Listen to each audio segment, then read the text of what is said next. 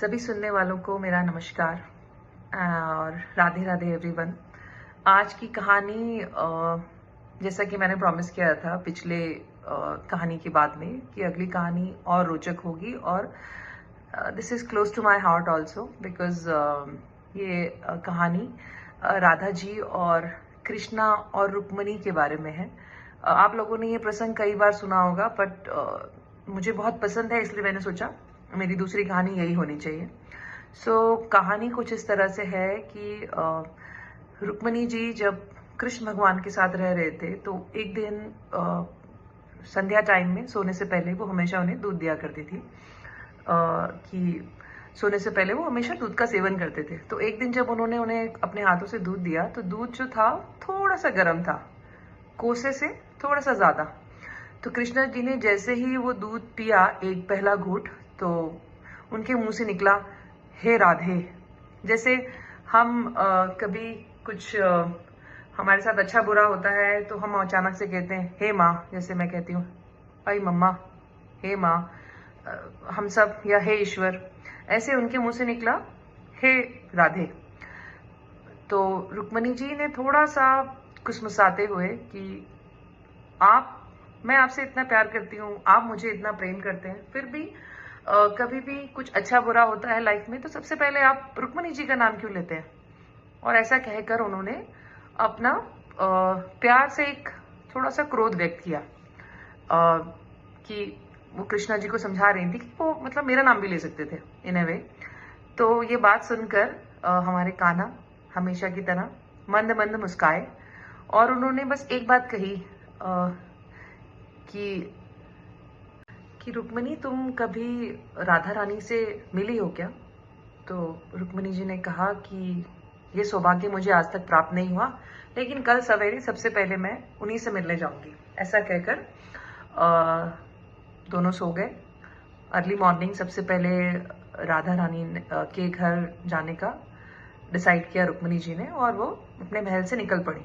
तो जब वो राधा रानी के महल के पहले द्वार पर पहुंची, कहा जाता है ऐसा कि जो राधा जी हैं वो 7 द्वारों के अंदर उनका कक्ष होता था। So if you have to, अगर आपको वहां राधा रानी के महल में जाकर राधा जी से मिलना है तो वो 7 कक्ष पार करके, द्वार पार करके उनका कक्ष आता था।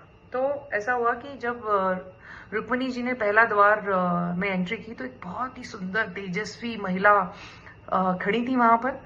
तो उनको देखते ही रुक्मणी जी को लगा यही राधा है। तो उन्होंने नतमस्तक होकर उन्हें नमस्कार किया और अपना इंट्रोडक्शन दिया।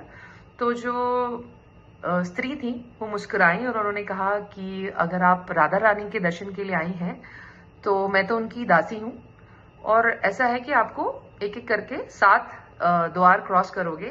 तो जो लास्ट द्वार आप क्रॉस करोगे उसके बाद जो कक्ष आएगा वो हमारी राधा जी का है। और वो अपना काम में लग गई।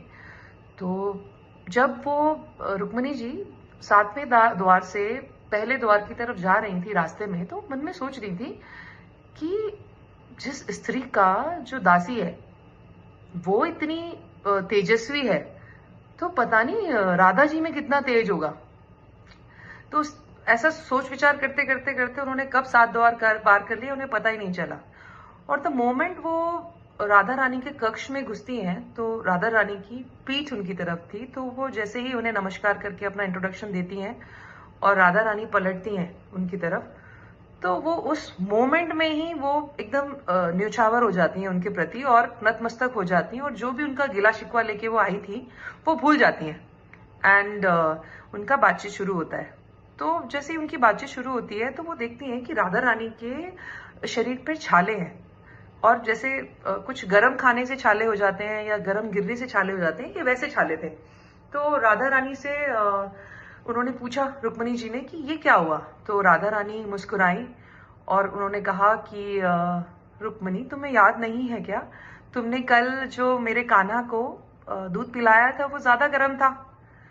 और सीधा वो गर्म दूध उनके गले में लगा और हृदय पे लगा सीधा, और उनके हृदय में तो मैं निवास करती हूँ। ऐसा कहकर वो चुप हो गई। तो अभी रुक्मणी जी को रियलाइजेशन हो जाता है कि उन्होंने पूरा जो डिस्कशन था वो उनको क्लियर हो जाता है और वो शी वॉज वेरी हैप्पी कि जिस फीलिंग से वो आई थी वर्सेस जो फीलिंग अब उनके मन में थी वो बिल्कुल अलग थी। अब वो भी राधा जी के प्रति उतनी ही नतमस्तक थी जितना प्रेम उनके कृष्णा उन्हें करते हैं। आभार व्यक्त करते हुए वो अपने कान्हा के पास वापस चली गई। Moral of the story is कि हम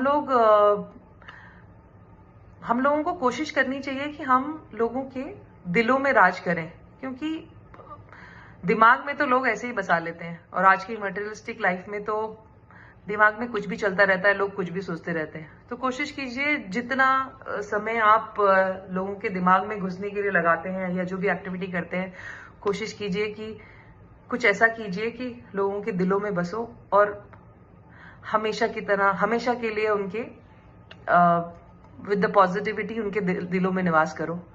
और ये कहानी आज यहीं ख़त्म करते हैं और अगली कहानी लेकर मैं जल्दी ही लौटूंगी। राधे राधे एवरीवन।